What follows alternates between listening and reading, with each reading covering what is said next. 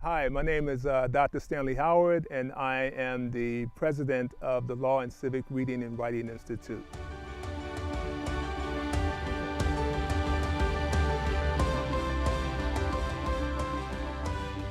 At the Institute, when we look back at, when we started, so we say, well, what are we doing here, right? And so we say, well, we're trying to really find out what do we know about a quality education? When people say quality education, what do they mean by that? What we were interested in when we started the journey, right? And again, it was a marathon. We understood we're going to be there a long time, right?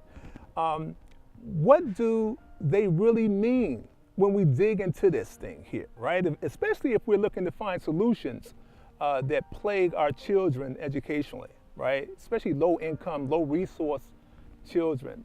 And so we began the journey just posing that question. We met in backyards, we met in coffee shops, we met in libraries, we did research on everything that you can imagine. Who are the great thinkers out there on education? It took us to John Dewey and Vygotsky and people like Maria Montessori, right? We looked at all of these people, James Comer. What do they have to say about education? We didn't have a handle on it as we thought. And what that did, it prompted some of us to go even deeper. Deeper where?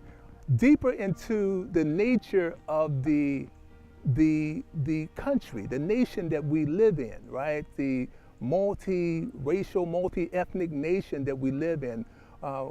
That took us, when we started that journey, it took us to this concept, this idea of course, American democracy, right? American democratic principles like, integrity, human dignity, tolerance, tolerating people who are different than you. It took us to that. What did that mean? What does all that mean in the context of educating children who are living on the margins of American society? What does that really mean? And what do we really mean when we get to this idea of American dream, that you can dream and be all that you can be, right? What does that mean to a young man who feels that all he can be is what he sees, and that is basketball players or football players, right? Does that child really believe that he can be an oceanographer? Does he even know? Does he have a school that talks about oceanography?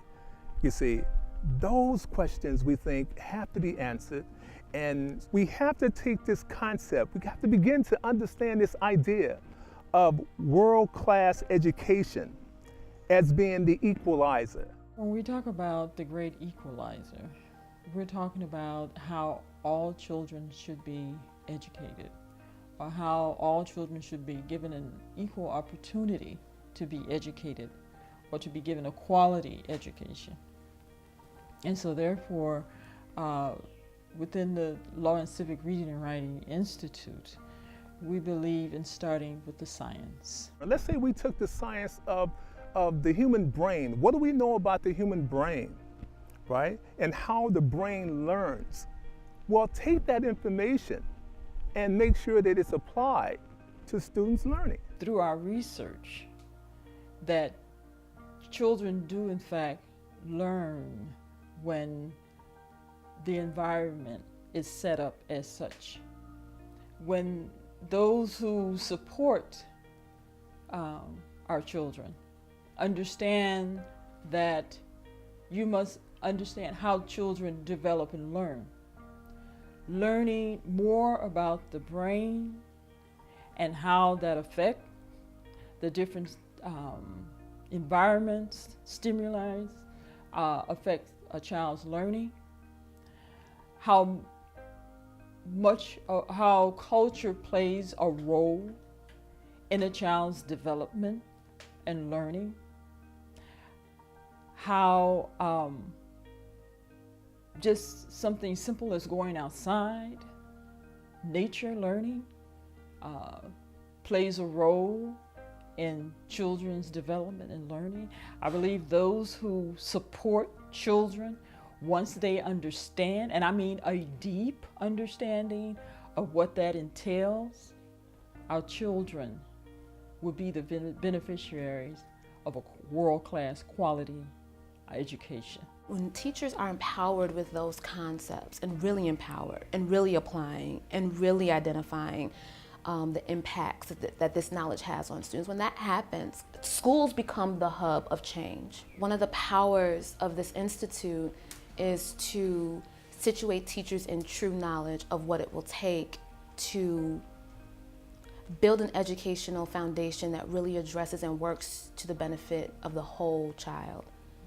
It becomes the place where teachers, parents, community members come and feel safe and feel invited, because they know deep down, teachers, administrators, everyone in that building has the best interest of every single life that enters that space. And that's what the Institute is doing. It's giving teachers that esteem. It's building the courage of teachers to speak out, to have a voice, to reimagine schools, to organize, and not just haphazardly, in a way where it's situated within research, within experience, within communities in mind. We knew, it was just so clear to all of us that we would have to bring in multiple voices to answer those important questions.